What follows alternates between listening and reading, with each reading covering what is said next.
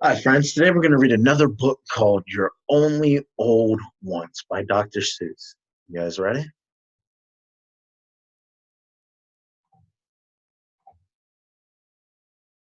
One day you'll read in the National Geographic of a faraway land with no smelly bad traffic. In those green pastured mountains of Fatafazi, everybody feels fine at 103 because the air that they breathe is potassium free and because they chew nuts from the tut-a-tut tree. This gives strength to their teeth. It gives length to their hair, and they live without doctors, with nary a care. And you'll find yourself wishing that you were out there in a Fatafazi and not here in this chair in the Golden Years Clinic on Century Square for spleen readjustment and muffler repair. Just why are you here? You're not feeling your best? Have you any idea how much money these tests are costing you? You've come in for an eyesight insolvency test. And if you're the type that gets finicky finnick, at this point you'll try to get out of that clinic. But they will outwit you as quick as a winnick. The quiz docs will catch you. They'll start questionnaing. They'll ask you point blank, how are your parts are all faring? And your grandfather parts. And please try to recall if your grandmother hurt most in the spring or the fall. Did your cousins have dreadful, wild nightmares at night?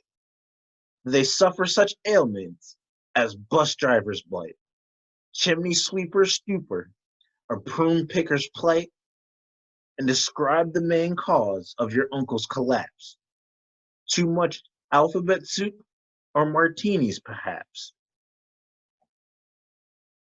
And the next thing you know, when you finish that test, is somehow you've lost both your necktie and vest, and an ogler is ogling your stomach and chest. Your escape plans have melted.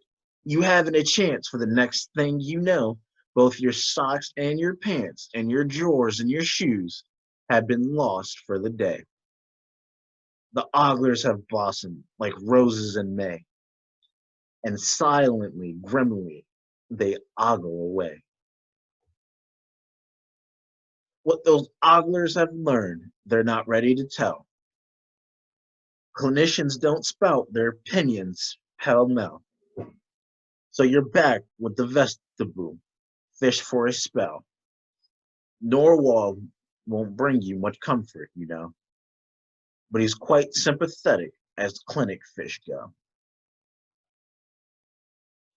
You'll there you'll sit several hours, growing tenser each second, fearing your fate will be worse than you reckon.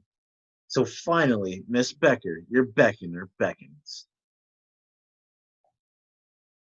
to a booth where the world-renowned earman Von Crandall has perfected a test known as bellows and candle.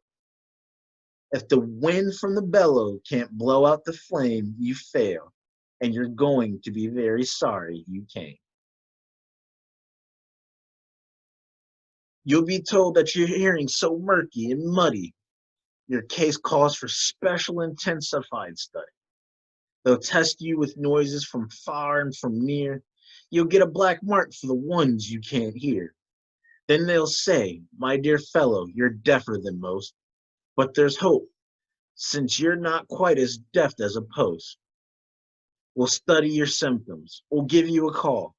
In the meantime, go back and sit down in the hall. Soon you'll find yourself talking to Norval once more, and Norval will think you're a bit of a bore, because Norval has heard the same stories before. To this fish you'll become a plain pain in the neck, while you wait once again for Miss Becker to beck. But Miss Becker won't come. With great swish and great swing, a wheelchair will come. You've gained status and rank, and Wheelden the Wheeler will say with great pride, you have qualified, sir. You are now certified.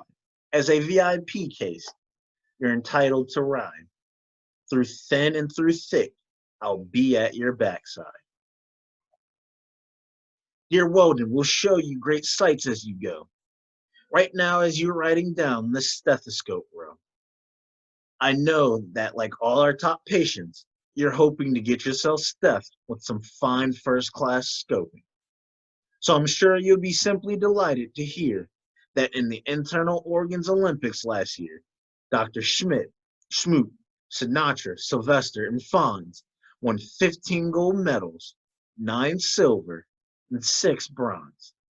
For the moment, however, we'll bypass this bunch. There's plenty of time to see them after lunch. You must see Dr. Pollen, our allergy whiz, who knows every sniffle and itch that there is. Dr. Pollen will find, as he works on your case, if the face powder is wrong on your stepsister's face. He will check your reactions to thumbtacks and glue, catcher's mitts, leaf mold, and cardigans too. Nasturtiums and marble cakes, white and blue chalks, anthracite coal, and the feathers of hawks. Also corn on the cob, also buffalo grease, and how you react when you're stared at by geese. He'll take copious notes. Then I'll hazard a guess that he'll send you downstairs to Dr. Van Ness. Van Ness has enjoyed a high rate of success in his pioneer work of the study of stress. So you can be sure he will stress you a trifle. Then he'll send you around to see Dr. Von Eiffel. Dietitian Von Eiffel controls the Wolf Whiffer, our diet-devised and computerized sniffer, on which you just simply lie down and repose and sniff at good food as it goes past your nose. From caviar souffle to caribou roast, from pemmican patties to terrapin toast. He'll find out by sniff skin the foods you like most. And when that guy finds out what you like, you can bet it won't be on your diet. From here on, forget it. Then, into the new wing, we'll see Dr. Spreckles, who does the 3 F's, footsies, fungus, and freckles. And nextly, we'll drop in on young Dr. Gins, our A and S man, who does antrums and shins. And of course, he refers to Dr. McGrew, McGuire, and McPherson, and Blinn, and Ballo, and Timpkins and Tompkins, and Diller and Drew, Fitzsimmons, Fitzgerald, and Fitzpatrick too, all of whom will prescribe a prescription for you. For your pill drill, you'll go to room 663, where a voice will instruct you, repeat after me. The small white pill is what I munch at breakfast and right after lunch. I take the pill that's Kelly green before each meal and in between these Loganberry colored pills. I take for early morning chills. I take the pills with zebra stripes to cure my early evening gripes. These orange tinted ones, of course, I take to cure my Charlie horse. I take 3 blues at 8:30 to slow my exhalation rate. On alternate nights at 9 p.m., I swallow pinkies, 4 of them. The reds, which make my eyebrows strong, I eat like popcorn all day long. The speckled browns are what I keep beside my bed to help me sleep. These long, fat one is what I take if I should die before I wake. When at last we are sure you've been properly pilled, then a few paper forms must be properly filled so that you and your heirs may be properly billed. Whereupon, if you're smart, there's a very good chance that you'll meet soon again with your socks, coat, and pants.